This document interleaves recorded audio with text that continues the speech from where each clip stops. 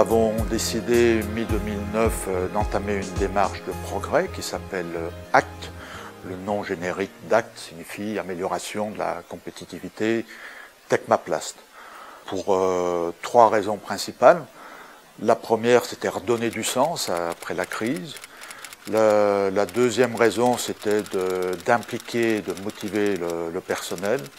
Et la troisième était l'amélioration de la performance. Et donc, on a aussi bien mené des actions d'atelier que des actions dans des services plus transversaux, comme au niveau du service commercial ou du service qualité. La démarche ACT a été initialisée il y a plus de 2 ans chez nous.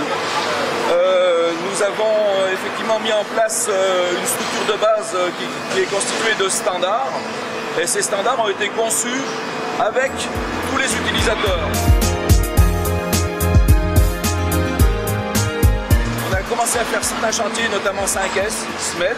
On fait participer un certain nombre de personnes, des acteurs, des opérateurs, des monteurs-régleurs.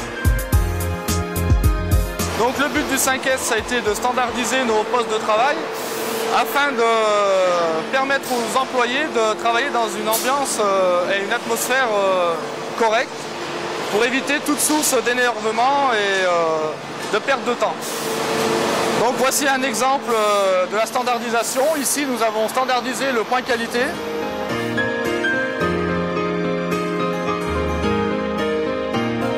Au niveau du point qualité, on n'a plus besoin de chercher ni dossier, ni feuille. C'est-à-dire qu'on court moins, tout est à portée de main. On dirigeait en disant on va faire comme ça, alors que maintenant c'est les gens qui ont construit l'ensemble du système et ce qui permet aux gens d'apporter effectivement leur touche.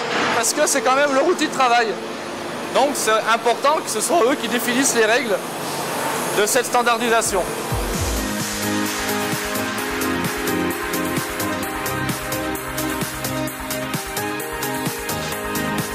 Nous avons été amenés à mener une action sur les charges lourdes.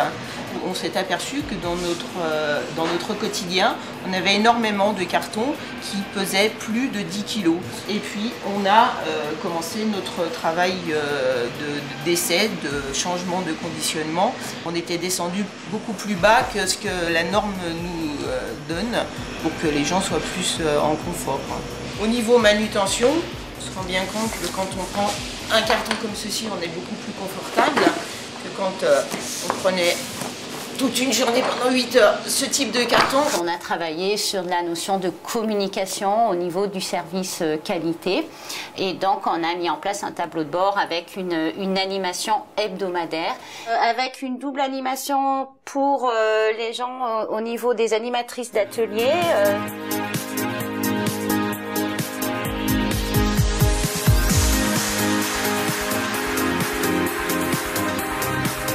Avant, on avait 2 soufflettes, donc on était obligé de faire comme ça. Donc ceci avec 2 pistolets, que là avec la brosse, voilà, donc qui balaye les pièces.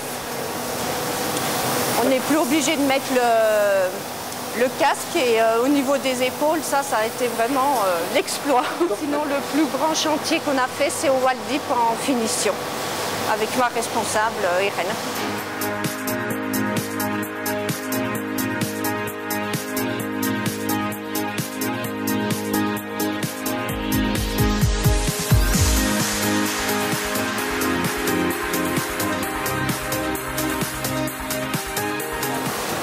Ça va, pas de soucis?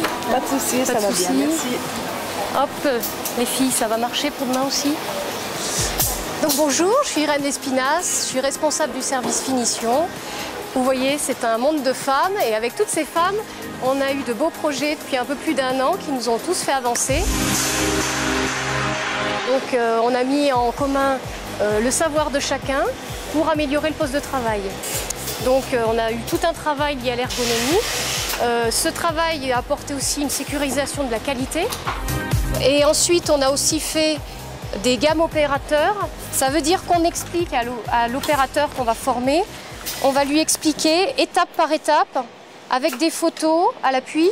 On donne aussi des astuces, le pourquoi, on dit qu'il ne faut pas faire telle chose ou telle chose. Par exemple, les opératrices avaient tendance, au lieu de faire une seule pièce qui part de là-bas pour être assemblée ici, eh bien, elles faisaient un tas de pièces ici. Donc on avait un risque qualité pour le client, quand j'en parlais tout à l'heure.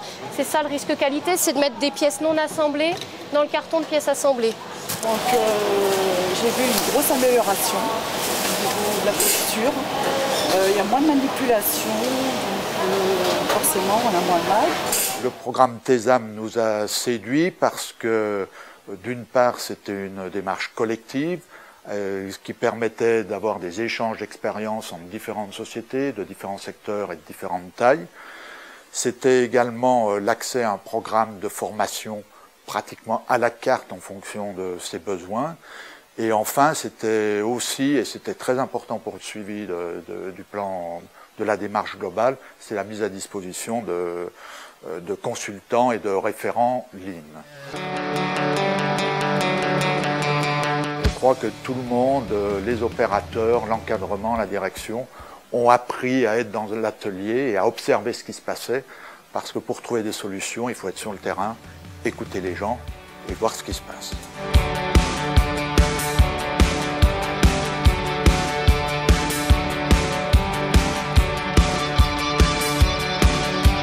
Donc les principaux changements qu'on peut noter surtout, c'est qu'on a vraiment mesuré, je crois, l'efficacité d'un travail de groupe. Ça a été l'apport un peu du Lean Management, c'est qu'il ne faut pas avoir peur de se fixer des objectifs ambitieux. Notre slogan du coup derrière c'était « Il n'y a de limite que celle qu'on se fixe ».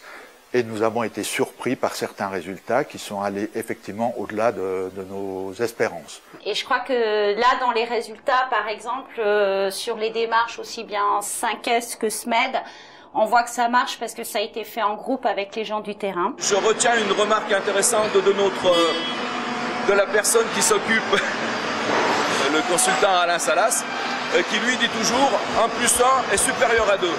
La difficulté, c'est que se réunir en groupe, en équipe de 3-8, c'est pas toujours facile et que ça demande beaucoup d'organisation au niveau de la production pour les gens, quelques contraintes horaires aussi pour venir en contre-équipe. On a mieux expliqué nos stratégies, les gens sont plus impliqués et on améliore des performances. Par contre, il faut accepter de rencontrer des difficultés dans cette pérennisation.